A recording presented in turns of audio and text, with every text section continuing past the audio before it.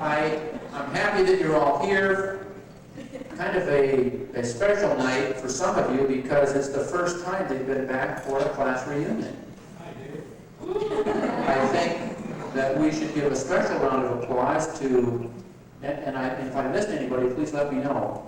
Dave Rory, Art Baker, Mark Moll, and Mary Winston. Did I miss anybody? Gene Capper, this was your first? Well, great, I'm glad you came back.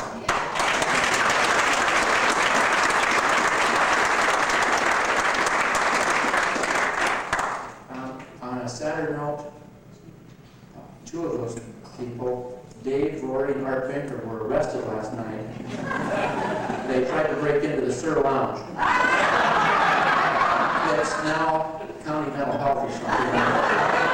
They're both released on their own recognizance. Because some of the class officers did not show up again, I'd like to make a motion that they be removed as class officers. I'd like their pictures taken out of the annuals and new elections held tonight. Do I hear a second? Now, we just come back here every year or so, and it's always interesting to see the trends, what people are doing and how they're living. And one of the things that I just don't understand, and I wish he was here tonight to explain it, if you get the Waverly paper, you may have seen this ad from K Construction. And if you haven't, please go look at it over there. I'm not sure if I want Butch to explain this or his wife Joyce. Now, one of the things we're going to do later, I was able to locate, I located Mrs. Pape's old height and weight chart card. And after we eat, we're going to weigh in the bar. So I just want you guys to be careful with me.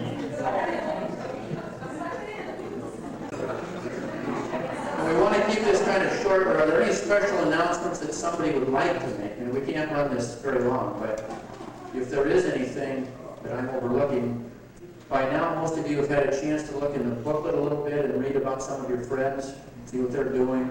I'd just like to straighten up one little mistake. When the letters were sent out, my name was Linda Thompson Williams, and I got asked tonight if I divorced my husband and married my cousin.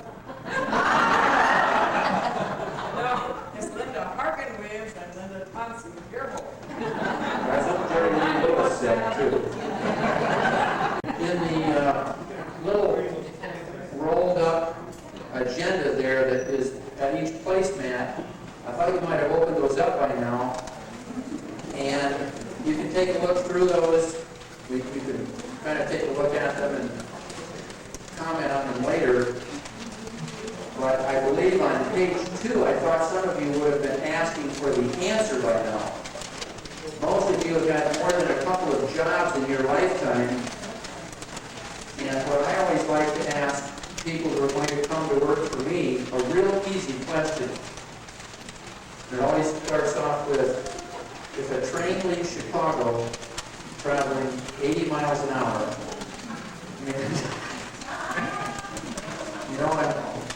it's one of those things that, if I got in my own car and had Pike Chestnut get in Denver and drive this way, I'd know how it worked, but to figure it out.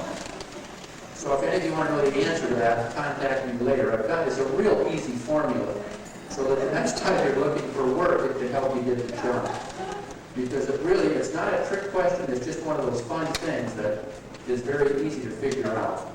The formula is D equals RT, and that's, the distance is 1,000. One of the vehicles is traveling 80 miles an hour. One is traveling 120 miles an hour. You simply add those two together and divide it into 1,000. They'll meet 5 hours later. So it's a very simple answer, so don't be intimidated by those later. This is a very educational meeting we're having here tonight. Well, the final thing we'd like to do before we have dinner is we talk about this being our 35th class reunion.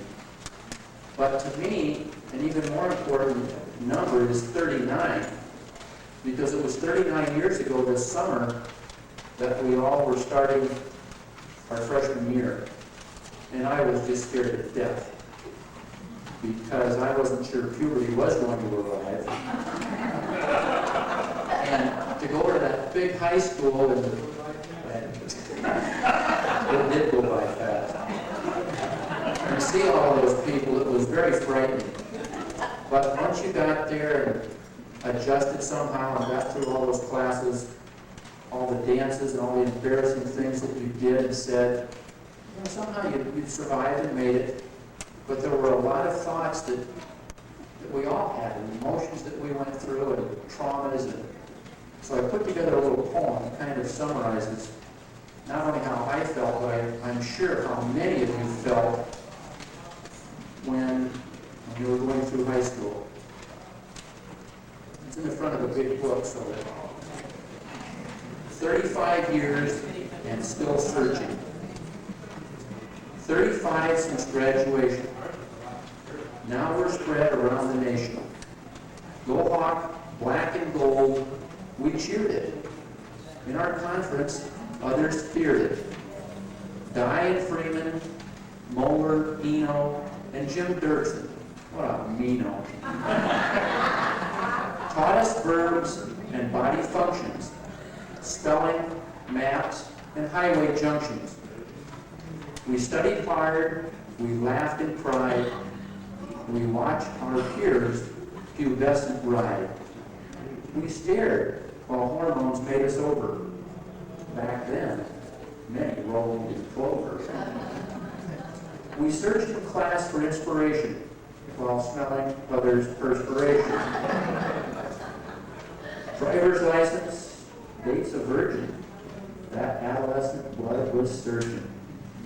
We watched films on reproduction, then to the drive-in for instruction.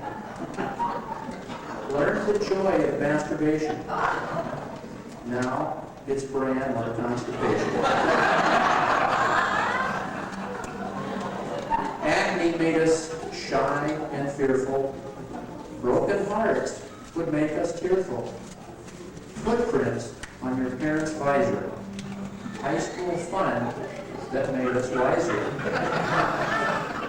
On country roads, we park and pet. Some things in life you won't forget. Those moonlit nights gave us a thrill. Team roulette without a pill. Hickey necks you'd hide from mom. First cigarette you smoked at prom. Wrinkled pants and tousled hair when you got home. Dad's icy stare. Our parents told us to be careful. Reverend Mac advised us prayerful. Yet still we drove to Lover's Lane in steamed up cars with deeds profane.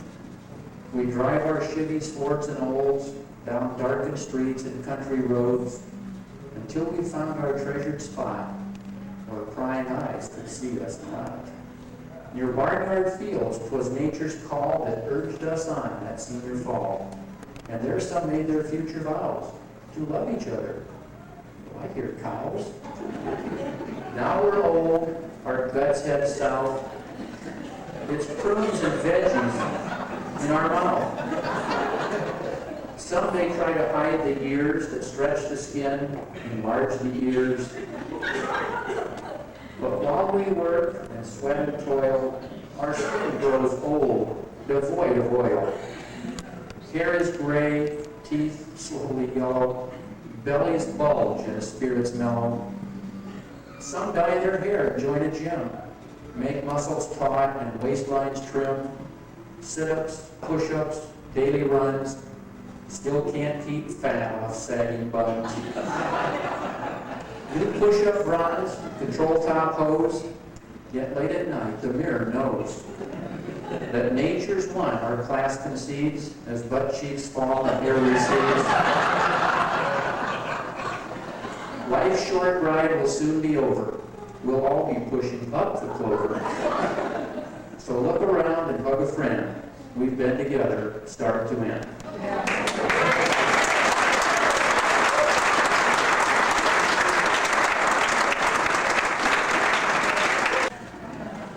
think it's time for us to have dinner.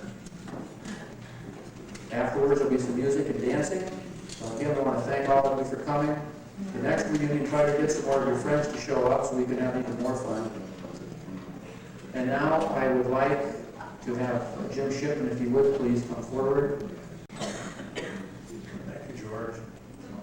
I have to say that we truly are blessed. I look around the room, I'm reminded of Dick Stephan, the ride humor, and I can recall fondly, although I tried to forget it for many years, the many bruises that those two gentlemen inflicted on the football field. And we can all go on and on. There is justice in the world, Dave Rowery, your wonderful athletic gifts that made you so hard to grasp on the football field. They weren't just gifts, it was an overabundance of testosterone.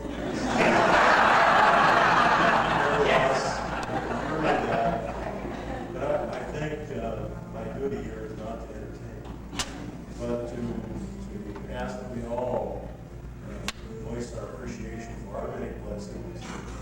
I'd ask that we bow our heads. And first, let us offer a silent prayer for those who were in our class who did not make it.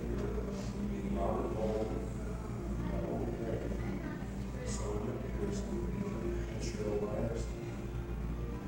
And Lord, we thank you for the many blessings, for the success we have enjoyed, and for those marvelous memories that seem old friends that last minutes bring to mind.